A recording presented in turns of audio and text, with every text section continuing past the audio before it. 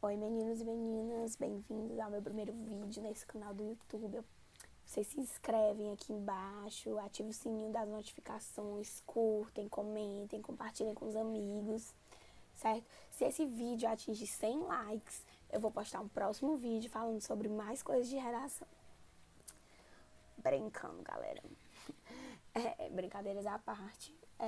Não é a forma ideal, né, pra gente estar tendo aula, pra vocês estarem recebendo conteúdo, pra gente estar dando. Acreditem, pra gente também é muito ruim, tipo, ficar falando por uma câmera na frente do computador. Eu nem vejo uma imagenzinha aqui, eu fico super agoniada, sem ter o retorno, assim, de vocês, sem ver a carinha de vocês na mesma hora, tipo, pra saber se vocês entenderam, se não entenderam. Mas é o que a gente pode fazer, né? Coronga veio assustar a gente. E é isso, então fiquem em casa, assistam às aulas, anotem as dúvidas de vocês, e aí quando tiver os horários de tirar dúvidas, vocês tiram comigo direitinho. E é isso, fiquem em casa, certo? Não importa o que algumas pessoas falem, fiquem em casa, porque por mais que pode ser que pra gente realmente seja só uma gripezinha, mas para algum idoso que a gente tenha contato não vai ser só uma gripezinha, pro imunossuprimido não vai ser só uma gripezinha, pro diabético, pro hipertenso. Enfim, por aí vai, certo? Então, fiquem em casa e estudem em casa. E vai dar certo, certo? Lembrem que, assim, com certeza tá ruim pra mim, tá ruim pra você, mas tá ruim pra todo mundo, certo? Não, tipo assim, você não tá sendo prejudicado sozinho, tá todo mundo no mesmo barco. Aí aproveita pra colocar as coisas em dia, também desestressar, assistir aquela série, alguma coisa, né? Porque querendo ou não, a gente tem que... Se a gente não criar uma rotina muito bem, a gente não segue. Eu ainda tô com muita dificuldade pra isso. Mas enfim, essa aulinha é pra sala A, certo? Porque as outras salas eu já dei, mas ela não deixou nem eu começar essa aula. E então vamos lá. A aulinha de introdução, a gente já viu uma revisão do texto dissertativo argumentativo, né? A gente já viu o que é que tem que ter nele de uma forma geral, a gente já viu o que tem que ter em cada parágrafo.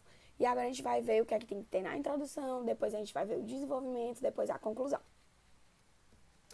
Então, o que é que tem que ter na minha conclusão? Em primeiro lugar, espaço e tempo. Mas por que é que ele está com asterisco? Espaço e tempo está com asterisco porque não é uma coisa obrigatória. Tipo, se não tiver espaço e tempo, eu vou zerar a minha redação. Se ela não tiver explícita no comando, não é uma coisa obrigatória. Mas se ela tiver, vai ser. E já eu explico por quê. Mas por que é que é bom colocar o espaço e tempo, mesmo que ele não esteja no comando da minha proposta? O espaço e tempo situa o leitor, situa o corretor onde é que ele está. Como assim?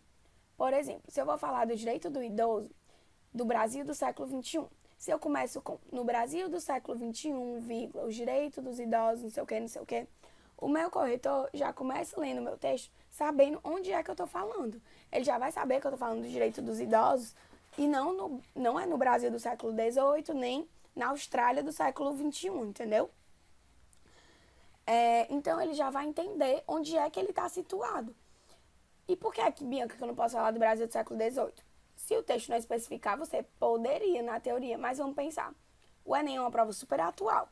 Vocês sabem que tipo, ele tenta trazer as coisas as notícias mais atuais possíveis, os temas de redação mais discutíveis possíveis e tal. Então ele não vai querer que você fale do século XVIII. Segundo, você não viveu no século XVIII.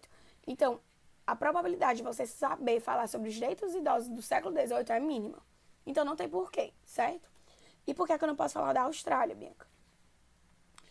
Outros países são legais para a gente citar como exemplo de coisas a serem seguidas. Por exemplo, se eu estou falando desse dos direitos dos idosos, e lá eu sei que na Austrália tem uma lei muito legal que defende os idosos de alguma coisa, eu posso citar isso como exemplo a ser seguido aqui no Brasil. Mas não é legal focar meu texto na Austrália, porque, primeiro, você está morando no Brasil, você faz a prova no Brasil para entrar na faculdade do Brasil, certo?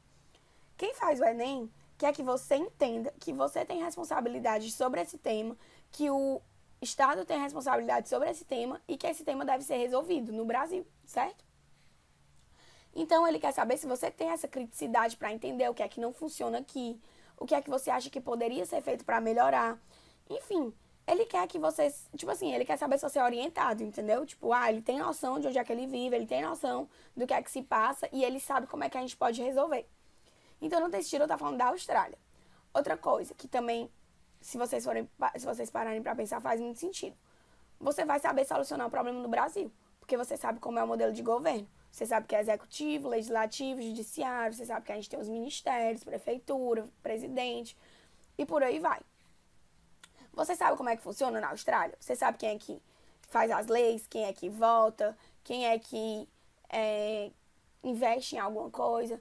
Então, assim, é só parar pra pensar. É muito mais fácil a gente trazer as coisas o quão mais perto da gente pra gente estar falando, do que querer falar de uma coisa que tá muito distante, que a gente não tem segurança suficiente, certo? Comando da proposta parafraseado. O que é isso? O comando da proposta parafraseado é literalmente você trazer o comando da proposta na sua introdução. Por que parafraseado?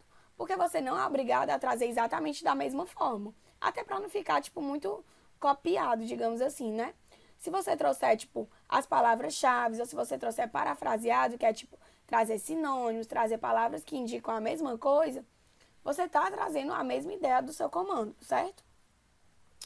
E por que é importante fazer isso? Primeiro, para você já começar o seu texto dizendo para o leitor o que é que você vai falar na sua redação, certo? Toda vez que a gente faz um texto, na nossa introdução, a gente não literalmente introduz o assunto, a gente fala alguma coisa mais geral ou algum detalhe sobre aquele assunto para ele já saber o que é que a gente vai tratar ao longo do nosso texto. Na redação não é diferente. E por que é importante a gente trazer isso muito bonitinho?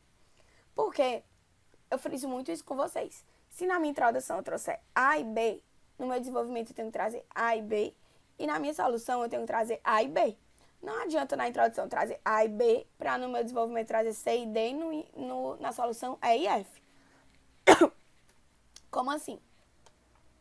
Se eu falo que o problema do direito dos idosos não serem respeitados é a falta da educação, das famílias não estimularem esse tratamento respeitoso ao idoso, e a fiscalização das leis, que não é muito eficaz. No meu desenvolvimento, eu vou ter que falar por que é que a fiscalização das leis não é eficaz e por que é que as famílias não estimulam isso nas crianças, nos jovens. E na minha solução, eu vou ter que solucionar a fiscalização das leis e esse diálogo entre a família, certo? Então, se eu já trago no meu comando o meu comando da proposta na introdução, eu já vou me obrigar a seguir aquela linha de raciocínio. Como assim? O paralelo, né? De como isso não daria certo. Por exemplo, digamos que o tema é assim, mobilidade urbana, 2 pontos. O problema dos ônibus e dos metrôs. Ele quer que você fale de mobilidade urbana de uma forma geral? Não, ele quer que você fale de ônibus e metrôs. Então, adianta você vier falar sobre carros e motos? Não adianta. Você vai estar fugindo ao tema, certo? Então, se na sua introdução você já vier falando os ônibus têm tal problema, os metrôs têm tal problema. No seu desenvolvimento, você vai ter que falar por que é que os ônibus têm tal problema, quem é que é culpado por isso, por que é que os metrôs têm tal problema, quem é que é culpado por isso. E na sua solução, você vai ter que resolver esse problema dos ônibus e dos metrôs. Então, você trazer o seu comando da proposta parafraseado, você já começa o texto dizendo assim: ei, corretor, eu sei o que é que tu me pediu, eu vou escrever exatamente o que tu me pediu. Relaxa que eu não vou fugir do tema. E isso já deixa o teu texto todo amarrado, entendeu? Ele te obriga a falar sobre isso no desenvolvimento e vai te obrigar a falar na solução. O problema é evidenciado. O que é? É você literalmente dizer qual é o problema daquela redação. Como assim, Bianca? Vocês concordam que no Enem sempre vai ter um problema, porque a gente tem que solucionar depois, não é? Então, eu já trago meu problema evidenciado, eu só cito qual é o problema na minha introdução, para no desenvolvimento eu trazer mais informações, né? Por que é que acontece, quais são as consequências desse problema, quem é que é culpado, por que é culpado.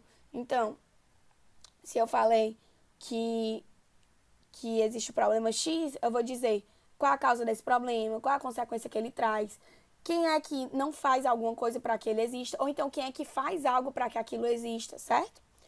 Bianca, se for um tema positivo. Vocês concordam que um tema positivo, ele não ia estar de graça no Enem? Um tema positivo está no Enem para você dizer por que é que ele não acontece, ou por que é que ele não acontece de forma eficaz. Então, exemplo, o pensamento sustentável em prol do meio ambiente. Se eu estou trazendo esse tema para o Enem, não é porque o pensamento sustentável é uma realidade no Brasil e no mundo. É porque ainda tem algumas pessoas que não têm um pensamento sustentável. É porque ainda tem algumas instituições que precisam de ações estimulando isso nas pessoas, certo? Então sempre vai ter um problema que eu tenho que deixar evidenciado para eu falar mais sobre ele depois. E a tese, por último, mas não menos importante, na verdade a tese é o mais importante, que vocês sabem que se não tiver tese, a gente pode até zerar a competência 2. Aliás, a gente pode zerar a redação, certo? Ou então tirar uma nota muito baixa na competência 2. Por quê? Por que essa tal da tese é tão importante? A tese é muito importante porque ela já traz na introdução qual é a tua opinião sobre aquilo. Qual é o teu posicionamento crítico diante desse tema da redação. Tá, Bianca, mas por que eu não posso deixar para trazer isso só na minha argumentação, quando eu vier argumentar? A sua argumentação é uma forma de você convencer o leitor que a sua tese está certa. É uma forma de você mostrar para o leitor que aquilo que você falou no começo do seu texto faz sentido. Então, peraí, só um minuto. Sim. A argumentação, ela é como se fosse uma justificativa da sua tese. Ela não pode ser sua tese, entendeu? E a sua introdução já tem que vir com opinião, porque é um texto dissertativo, argumentativo. Você já tem que começar dissertando e argumentando junto, ok? Então, a tese é muito importante. A tese é justamente isso que eu estava falando. Qual é o meu posicionamento diante do tema? O que é que eu vou criticar? O que é que eu vou defender? E aí, como é que eu vou pensar nisso, né? É o seu posicionamento crítico e as suas opiniões. Baseado no que você já viveu, baseado naquilo que você assiste, baseado no que você já estudou de história, baseado nos jornais que você assiste, você vê as notícias do mundo inteiro, baseado em conversas que você tem, certo? Tipo assim, é a sua opinião. E a sua opinião nunca vai ser idêntica à do outro. Pode ser que vocês tenham a mesma linha de raciocínio, que vocês vão defender a mesma coisa, mas a tese de vocês dificilmente vai ser igual. Porque, querendo ou não, alguma vivência sua é diferente daquela pessoa. Tipos de tese. O que é isso? Bianca, só existem esses 2 tipos de tese? Não. Mas eu, Bianca, sempre só usei um desses 2 tipos de tese. Por quê? Porque pra mim são as mais fáceis. Porque talvez isso esteja... Talvez isso esteja um pouco confuso ainda para vocês. Mas depois desse slide, vem vários slidezinhos de explicações de introdução, certo? Que é, na verdade, trechos de introdução, que eu trago tudo isso que eu estou dizendo que tem que ter na introdução. Eu trago esses 2 tipos de tese. Eu trago esses 2 tipos de tese, que é para vocês entenderem na prática o que é isso que eu estou falando. Porque realmente eu falando assim, ficou uma coisa meio abstrata, certo? Mas aí quando vocês verem os exemplos, vai ficar mais fácil. Vai ficar mais fácil. Aí essas 2 teses são mais fáceis por quê? De culpabilidade e sugestão antecipada. Porque são coisas que vocês vão ter que trazer ao longo da redação de vocês naturalmente. Mesmo que vocês optem por fazer outro tipo de tese. Que é culpabilidade. Culpar alguém, no caso, né? E a sugestão antecipada é você dizer antecipadamente quem é que vai solucionar esse problema. Certo? Então, vocês concordam que a culpabilidade, ela está atrelada ao desenvolvimento? Eu vou ter que, no meu desenvolvimento, dizer quem é culpado por aquele problema. O que é que alguém fez ou o que é que alguém não fez para que aquele problema exista e persista. Então, eu vou ter que dizer quem é que é negligente. E aí, isso eu já posso trazer na minha introdução. E a sugestão antecipada, ela é atrelada à conclusão. Porque na minha conclusão não tenho que solucionar. Eu não vou ter que dizer quem é que vai solucionar e qual o objetivo ao solucionar isso. Então, eu trago lá na minha introdução. Bianca, mas não tem problema eu trazer, 2 vezes a mesma informação, o corretor não vai achar que eu tô enchendo linguiça, que eu tô preenchendo as mesmas linhas com as mesmas coisas? Não. Primeiro, são tipos de tese, consolidados, entendeu? Então, assim, o corretor sabe que existe esse tipo de tese. Segundo, você não vai solucionar na introdução e solucionar na solução. Pelo amor de Deus. Você vai trazer um spoiler. Você só vai citar quem vai solucionar. Você só vai citar o que vai fazer, assim, de uma forma geral. Investir em tal coisa. Você só vai citar o objetivo desses agentes, certo? Ou então na de culpabilidade, né? Você só vai citar quem é negligente. Por exemplo, esse problema atesta certa negligência do poder público em relação aos direitos do cidadão. Por exemplo, ponto. Eu não falei o que é que ele faz de errado, eu não disse o que é que ele deixa de fazer, eu não disse qual a consequência disso, eu não disse qual a causa, entendeu? Tipo assim, é literalmente só um spoiler. Vocês vão entender melhor quando eu trouxer os trechos. E a da sugestão antecipada é a mesma coisa. Você só traz, por exemplo, esse problema deve ser solucionado por ações mais arrojadas do poder público e de instituições formadoras de opinião, por exemplo. Certo? Gente, é o seguinte. Vou pausar essa aula, porque pediram pra gente dividir em aulas de mais ou menos 15 minutos. E aí a próxima aula que eu começar vai ser essa com os trechos. Aí é pra ser mais rápida do que essa, certo? A teoria acabou aqui, nesse slide. Aí a próxima são exemplos de vocês verem como aplicar isso na redação de vocês e como é uma introdução, tipo, consolidada, certo? Até já.